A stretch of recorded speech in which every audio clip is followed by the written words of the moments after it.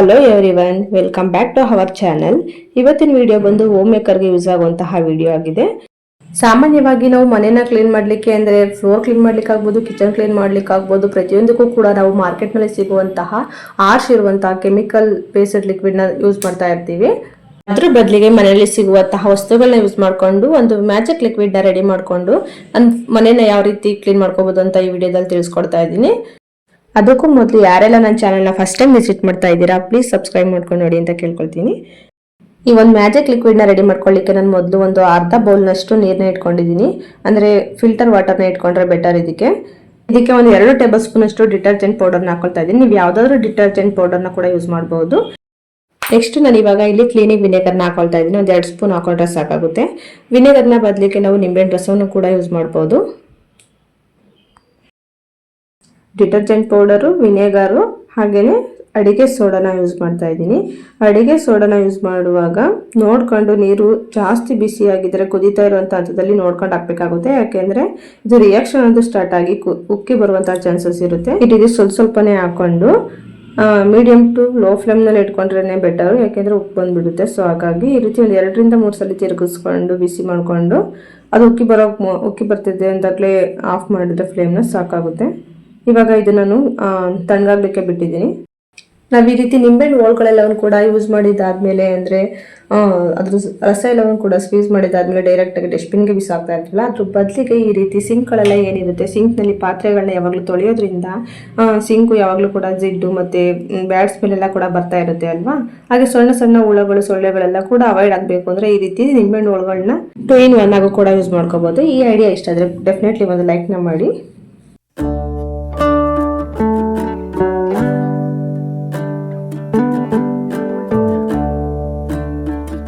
ನಾನು ಯಾವ ರೀತಿ ಕಿಚನ್ ಎಲ್ಲ ಕ್ಲೀನ್ ಮಾಡಲಿಕ್ಕೆ ಯೂಸ್ ಮಾಡ್ಕೋತೀನಿ ಅಂತ ತಿಳಿಸ್ಕೊಡ್ತೀನಿ. ಇದು ಒಂದು ಮ್ಯಾಜಿಕ್ ಲಿಕ್ವಿಡ್ ಆಗಿ ಕೂಡ ವರ್ಕ್ ಆಗುತ್ತೆ ಅಂತಲೇ ಹೇಳ್ಬೋದು. ನಾವು ಸಿಂಕ್ ಹತ್ರ ಅಂದರೆ ಅಡುಗೆ ಮನೆಯಲ್ಲಿ ಟ್ಯಾಪ್ಸ್ ಎಲ್ಲ ಏನಿರುತ್ತೆ ಅಲ್ವಾ, ಇದು ಅಡುಗೆ ಮಾಡುವಾಗೆಲ್ಲ ಸ್ವಲ್ಪ ಸಿಡಿದು ಮತ್ತು ನಾವೆಲ್ಲ ಅವಾಗವಾಗ ಮುಟ್ಟುತ್ತಾ ಇರ್ತೀವಲ್ಲ, ಅದರಿಂದ ಸ್ವಲ್ಪ ಮೆಸ್ಸಿ ಆಗಿ ಸ್ವಲ್ಪ ಮತ್ತು ಆಳ್ಬಟ್ಟಸ್ ಮಾರ್ಕ್ಸ್ ಎಲ್ಲ ಕೂಡ ಇರುತ್ತೆ ಅಲ್ವಾ, ಅದೆಲ್ಲವನ್ನು ಕೂಡ ಹೋಗ್ಲಿಕ್ಕೆ ಲಿಕ್ವಿಡ್ನ ಹಾಕಿ ಜಸ್ಟ್ ಈ ರೀತಿ ವೈಪ್ ಮಾಡಿದ್ರೆ ಸಾಕು, ನೀಟಾಗಿ ಕ್ಲೀನ್ ಆಗಿಬಿಡುತ್ತೆ. ಹಾಗೆಯೇ ನಾವು ಗ್ಯಾಸ್ಗಳೆಲ್ಲ ಕೂಡ ಮೆಸ್ಸಿ ಆಗಿರುತ್ತೆ ಅಲ್ವಾ, ಅದನ್ನು ಕೂಡ ಕ್ಲೀನ್ ಮಾಡ್ಕೊಳ್ಳಿಕ್ಕೆ ಈ ಒಂದು ಲಿಕ್ವಿಡ್ನ ಯೂಸ್ ಮಾಡ್ಕೋಬೋದು. ತುಂಬಾ ಚೆನ್ನಾಗಿ ಕ್ಲೀನ್ ಆಗುತ್ತೆ. ಇದರಲ್ಲಿ ನಾವು ಸೋಡಾನ ಯೂಸ್ ಮಾಡಿರೋದ್ರಿಂದ ಫ್ಲೋರ್ ಮೇಲೆ ಏನಾದರೂ ಅಥವಾ ಕಿಚನಲ್ಲೆಲ್ಲ ಬ್ಯಾಡ್ಸ್ ಮೇಲೆ ಏನಾದರೂ ಕೂಡ ಬರ್ತಾ ಇರೋದೆಲ್ಲ ಕೂಡ ನೀಟಾಗಿ ಅವಾಯ್ಡ್ ಆಗುತ್ತೆ. ಹಾಗೆಯೇ ಇದರಲ್ಲಿ ವಿನೆಗರ್ ಯೂಸ್ ಮಾಡಿರೋದ್ರಿಂದ ಸಣ್ಣ ಪುಟ್ಟ ಹುಳ ಜೊಳ್ಳೆಗಳೆಲ್ಲ ಕೂಡ ಅವಾಯ್ಡ್ ಆಗುತ್ತೆ. ಇನ್ನು ಕಿಚನ್ ಅಂತ ಸಣ್ಣ ಸಣ್ಣ ಹುಳಗಳು, ಇರುವೆಗಳೆಲ್ಲ ಕೂಡ ಅದಾಡ್ತಾ ಇರ್ತಾವಲ್ವ, ಅದೆಲ್ಲ ಕೂಡ ಅವಾಯ್ಡ್ ಆಗಲಿಕ್ಕೆ ಈ ರೀತಿ ಒಂದು ಸ್ಪ್ರೇನ ಯೂಸ್ ಮಾಡ್ಕೊಂಡು ಡೈಲಿ ಬೇಸಿಸಲ್ಲಿ ನಾವು ಕ್ಲೀನ್ ಮಾಡ್ಕೊಳ್ಳೋದ್ರಿಂದ ಎಲ್ಲ ಕೂಡ ನೀಟಾಗಿ ಅವಾಯ್ಡ್ ಆಗುತ್ತೆ ಅಂತಲೇ ಹೇಳ್ಬೋದು. ಇನ್ನು ನೀರು ಬಿಸಿ ಇರುವಾಗಲೇ ಈ ಲಿಕ್ವಿಡ್ ಅಂದರೆ ಸಿಂಕ್ ಎಲ್ಲ ಕೂಡ ಸ್ವಲ್ಪ ಜಿಡ್ಡೆಲ್ಲ ಇರುತ್ತಲ್ಲ, ಅದೆಲ್ಲ ಕೂಡ ಕ್ಲೀನ್ ಮಾಡ್ಕೊಳ್ಳಿಕ್ಕೆ ಬಿಸಿ ಇರುವಾಗಲೇ ಸಿಂಕ್ ಎಲ್ಲ ಕೂಡ ಹಾಕೊಂಡು ನಾನು ಇದನ್ನು ಕೂಡ ಸಿಂಕ್ ಎಲ್ಲ ನೀಟಾಗಿ ವೈಪ್ ಮಾಡ್ಕೊಳ್ತಾ ಇದ್ದೀನಿ. ನೆಕ್ಸ್ಟ್ ಅದೇ ವಾಟರ್ನ ನಾನು ಒಂದು ಬೌಲ್ನಲ್ಲಿ ಇಟ್ಕೊಂಡು ಬಟ್ಟೆನ ಡೈರೆಕ್ಟಾಗಿ ಡಿಪ್ ಮಾಡಿ ಕಬೋರ್ಡ್ ಎಲ್ಲ ಕ್ಯಾಬಿನೆಟ್ ಎಲ್ಲವನ್ನು ಕೂಡ ವೈಪ್ ಮಾಡ್ಕೊಳ್ತಾ ಇದ್ದೀನಿ. ಯಾಕೆಂದರೆ ಫುಡ್ ಪಾರ್ಟಿಕಲ್ಸ್ಗೆಲ್ಲ ಕೂಡ ನೀರು ಸ್ಪ್ರಿಂಕಲ್ ಆಗಬಾರ್ದು ಅನ್ನೋ ಕಾರಣದಿಂದ. ನೆಕ್ಸ್ಟ್ ಇವಾಗ ಫ್ರಿಜ್ ಕ್ಲೀನ್ ಮಾಡಲಿಕ್ಕೆ ಅಂತೇಳಿ ಎಲ್ಲವನ್ನು ಕೂಡ ನೀಟಾಗಿ ತೆಗಿತಾ ಇದ್ದೀನಿ. ನೋಡಿ, ಫ್ರಿಜ್ ಮೇಲೆ ಎಷ್ಟು ವಸ್ತುಗಳನ್ನ ನಾವು ಡಂಪ್ ಮಾಡಿಟ್ಟಿರ್ತೀವಿ ಅಂತ ಕ್ಲೀನ್ ಮಾಡುವಾಗಲೇ ಗೊತ್ತಾಗುತ್ತೆ ಇಷ್ಟೊಂದು ವಸ್ತುಗಳು ಇದ್ರ ಮೇಲೆ ಇದೆ ಅಂತ ಹೇಳಿ.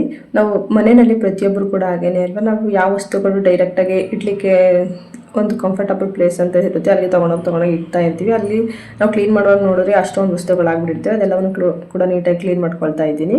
ಇನ್ನು ಫ್ರಿಜ್ ಕವರ್ ಕೂಡ ಅರ್ಧೋಗಿತ್ತು. ಯಾಕೆಂದರೆ ಸ್ವಲ್ಪ ಇದು ತುಂಬ ವರ್ಷಗಳಿಂದ ಯೂಸ್ ಮಾಡ್ತಾ ಇದ್ದೀನಿ. ಫ್ರಿಜ್ ಸ್ವಲ್ಪ ಕಾವು ಇರುತ್ತೆ ಅಲ್ವಾ, ಆ ಕಾವಿಗೆ ಕೂಡ ಇದೆಲ್ಲ ಕೂಡ ನೀಟಾಗಿ ಹಿಂಗೆ ಎಲ್ಲ ಆಗಿಬಿಟ್ಟಿದೆ. ಇನ್ನು ಅದು ಪಾಕೆಟ್ ಇದೆಯಲ್ಲ, ಅದು ಮಾತ್ರ ಸ್ವಲ್ಪ ಉಳ್ಕೊಂಡಿತ್ತು ಅಂತೇಳಿ ಅದನ್ನು ಇನ್ನೊಂದು ಸ್ವಲ್ಪ ದಿನ ಯೂಸ್ ಮಾಡ್ತಾ ಇದ್ದೆ. ಇವಾಗ ಅದು ಕೂಡ ಹೋಗಿದೆ ಅಂತೇಳಿ ಅದನ್ನು ಕೂಡ ಚೇಂಜ್ ಮಾಡ್ಕೊಳ್ತಾ ಇದ್ದೀನಿ. ಮೊದಲಿಗೆ ಫ್ರಿಜ್ ಮೇಲೆ ಇರುವಂಥ ಧೂಳೆಲ್ಲವನ್ನು ಕೂಡ ಒಂದು ಡ್ರೈ ಕ್ಲಾತಿಂದ ನೀಟಾಗಿ ವೈಪ್ ಮಾಡಿಕೊಂಡು ನಂತರ ಈ ಲಿಕ್ವಿಡ್ನ ಸ್ಪ್ರೇ ಮಾಡಿಕೊಂಡು ನಾನಿವಾಗ ಫ್ರಿಜ್ ಎಲ್ಲವನ್ನು ಕೂಡ ನೀಟಾಗಿ ಫಸ್ಟು ಮೇಲ್ಗಡೆ ಕ್ಲೀನ್ ಮಾಡ್ಕೊಳ್ತಾ ಇದ್ದೀನಿ. ನೋಡಿ, ಮೇಲ್ಗಡೆ ಡಬಲ್ ಡೋರ್ ಫ್ರಿಜ್ ಆಗಿರೋದ್ರಿಂದ ಮೇಲ್ಗಡೆ ಇರುವಂತಹ ಡೋರ್ನಲ್ಲಿ ಅದು ಫ್ರಿಜ್ ಕವರ್ ನೀಟಾಗಿ ಕ್ಲೋಸ್ ಆಗದೆ ಇರೋದ್ರಿಂದ ಈ ರೀತಿ ಸ್ವಲ್ಪ ಡಸ್ಟ್ ಎಲ್ಲ ಕೂತು ಈ ರೀತಿ ರಬ್ಬರ್ ಎಲ್ಲ ಕೂಡ ಡರ್ಟಿ ಆಗಿತ್ತು. ಈ ಸ್ಪ್ರೇನ ಯೂಸ್ ಮಾಡಿಕೊಂಡು ನಾನು ಜಸ್ಟ್ ಒಂದು ವೈಪ್ ಅಷ್ಟೇ ಮಾಡಿದ್ದು, ಬೇಗನೆ ನೀಟಾಗಿ ಕ್ಲೀನ್ ಆಗಿಬಿಡುತ್ತೆ. ಅದನ್ನು ಕೂಡ ಕ್ಲೀನ್ ಮಾಡಿಕೊಂಡು ನೆಕ್ಸ್ಟ್ ಇವಾಗ ಫ್ರಿಜ್ ಕವರ್ನ ಬುಕ್ ಮಾಡಿದೆ. ಫ್ರಿಜ್ ಕವರ್ ಎಲ್ಲ ಹಾಳಾಗಿತ್ತು ಅಂತೇಳಿ ಅದು ಕೂಡ ಬಂದಿತ್ತು.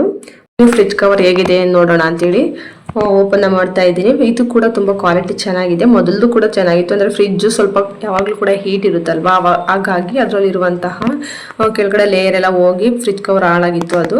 ಸೊ ಮತ್ತು ಇನ್ನೊಂದು ಫ್ರಿಜ್ ಕವರ್ನ ಬುಕ್ ಮಾಡಿದೆ, ಇದು ಕೂಡ ಬಂದಿತ್ತು, ಮೀಶೋದಲ್ಲಿ ಬುಕ್ ಮಾಡಿದ್ದೆ ನಾನು. ಇದಕ್ಕೆ ಮೇಲ್ಗಡೆ ಕವರ್ ಮತ್ತು ತ್ರೀ ಪಾಕೆಟ್ಸ್ ಕೂಡ ಇರುತ್ತೆ. ಹಾಗೆಯೇ ಫ್ರಿಜ್ ಒಳಗಡೆ ಇರುವಂತಹ ಕೌಂಟರ್ಗೆ ಹಾಕ್ಲಿಕ್ಕೆ ಅಂತೇಳಿ ಈ ರೀತಿ 3 ಲೇಯರ್ನು ಕೂಡ ಕೊಟ್ಟಿರ್ತಾರೆ ಸೇಫ್ಟಿಗೆ. ನೆಕ್ಸ್ಟ್ ಇದನ್ನು ನಾನು ಡೈರೆಕ್ಟಾಗಿ ಹಾಗೇ ಯೂಸ್ ಮಾಡಿದ್ರೆ ಬೇಗನೆ ಫ್ರಿಜ್ ಕವರ್ ಹಾಳಾಗ್ಬಿಡುತ್ತೆ ಅಂತೇಳಿ ಅದನ್ನು ಅಂದರೆ ಕಾರ್ನರ್ 4 ಕಾರ್ನರ್ಗಳಲ್ಲೂ ಕೂಡ ನೀಟಾಗಿ ಸ್ಟಿಚ್ನ ಹಾಕೊಳ್ತಾ ಇದ್ದೀನಿ. ಈ ರೀತಿ ಸ್ಟಿಚ್ಚೆಲ್ಲ ಹಾಕಿ ಯೂಸ್ ಮಾಡೋದ್ರಿಂದ ಸ್ವಲ್ಪ ದಿನ ಏಜ್ಗೆ ಬಾಳಿಕೆ ಬರುತ್ತೆ ಅಂತ. ಅದು ಸ್ಟಿಚ್ಚೆಲ್ಲ ಅವರು ಲೂಸ್ ಸ್ಟಿಚ್ ಹಾಕಿರ್ತಾರೆ ಅಲ್ವಾ, ಅದೆಲ್ಲ ಬೇಗ ಹೋಗ್ಬಿಡುತ್ತೆ. ಹಾಗಾಗಿ ಇನ್ನೊಂದು ಸ್ಟಿಚ್ ಹಾಕ್ಕೊಂಡು ಇದನ್ನೇ ಯೂಸ್ ಮಾಡ್ತಾ ಇದ್ದೀನಿ. ಇವಾಗ ಫ್ರಿಜ್ ಕವರ್ ಎಲ್ಲವನ್ನು ಕೂಡ ನೀಟಾಗಿ ಹಾಕ್ಕೊಂಡು ಅದರೊಳಗಡೆ ಇರುವಂಥ ಅಂದರೆ ಕೆಲವೊಂದು ಬಿಲ್ಗಳು ಆ ರೀತಿ ಇಟ್ಕೊಳ್ತಾ ಇರ್ತೀವಿ, ಅದನ್ನೆಲ್ಲ ಕೂಡ ಹಾಕಿ ಅರೇಂಜ್ ಮಾಡಿ ಫ್ರಿಜ್ ಕವರ್ನ ಬಿಟ್ಟೆ. ನೆಕ್ಸ್ಟ್ ಒನ್ ಈಗ ಅದೇ ಲಿಕ್ವಿಡ್ನ ಯೂಸ್ ಮಾಡಿಕೊಂಡು ಫ್ರಿಜ್ ನೋಡಿ ನನ್ನ ಮಗ ಕ್ರಯಾನ್ಸ್ ಇರುತ್ತಲ್ಲ ಅದೆಲ್ಲವನ್ನು ಕೂಡ ತೊಗೊಂಡು ಈ ರೀತಿ ಎಲ್ಲ ಬರ್ತಿರ್ತಾನೆ. ಅದೆಲ್ಲವನ್ನು ಕೂಡ ಎಷ್ಟು ಅಂದರೆ ಮಕ್ಕಳಿರೋ ಮನೆಯಲ್ಲಿ ಎಷ್ಟೇ ಅವಾಯ್ಡ್ ಮಾಡಿದ್ರು ಕೂಡ ಬರಿತಾನೆ ಇರ್ತಾರೆ. ನಮ್ಮ ಮನೇಲಿ ಕೂಡ ಸೇಮ್ ಪ್ರಾಬ್ಲಮ್ ಇದು. ಅದೆಲ್ಲವನ್ನು ಕೂಡ ನೀಟಾಗಿ ಸ್ಪ್ರೇ ಮಾಡ್ಕೊಂಡು ಒಂದು 2-3 ಮಿನಿಟ್ಸ್ ಬಿಟ್ಟು ವೈಪ್ ಮಾಡಿದ್ರೆ ಫ್ರಿಜ್ ಕೂಡ ನೀಟಾಗಿ ಕ್ಲೀನ್ ಆಗಿಬಿಡುತ್ತೆ. ಅದನ್ನು ಕೂಡ ನೀಟಾಗಿ ಕ್ಲೀನ್ ಮಾಡ್ಕೊಳ್ತಾ ಇದ್ದೀನಿ.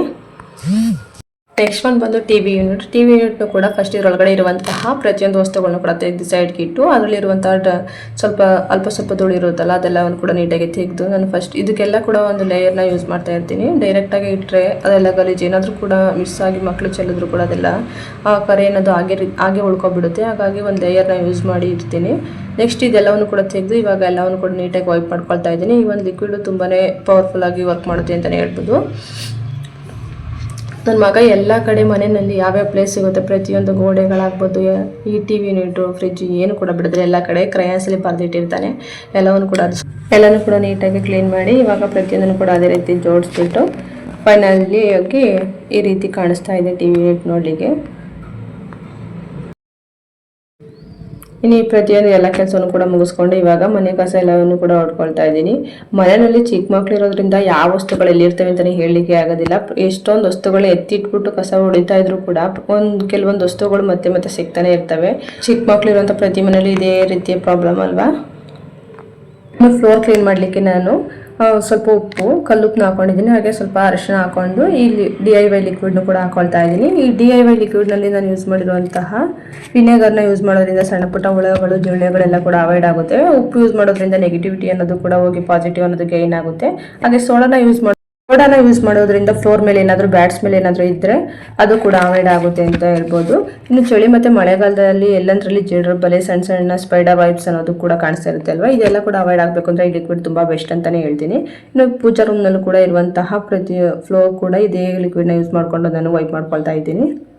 ಈ ರೀತಿಯಾಗಿ ನಾನು ಮನೆಯಲ್ಲಿ ಸಿಗುವಂಥ ವಸ್ತುಗಳನ್ನ ಯೂಸ್ ಮಾಡ್ಕೊಂಡು DIY ಲಿಕ್ವಿಡಿಂದ ಮನೆ ನಾವು ಯಾವ ರೀತಿ ಕ್ಲೀನ್ ಮಾಡ್ಕೊಂಡಿದೆ ಅಂತ ಈ ವಿಡಿಯೋದಲ್ಲಿ ತಿಳಿಸ್ಕೊಟ್ಟಿದ್ದೀನಿ. ಈ ವಿಡಿಯೋ ಇಷ್ಟ ಆದರೆ ನಿಮಗೂ ಕೂಡ ಯೂಸ್ಫುಲ್ ಅನಿಸಿದ್ರೆ ಪ್ಲೀಸ್ ಒಂದು ಲೈಕ್ ಮಾಡಿ, ಶೇರ್ ಮಾಡಿ, ಹಾಕಿ ಕಮೆಂಟ್ ಮಾಡಿ. Thank you for watching. See you in the next vlog.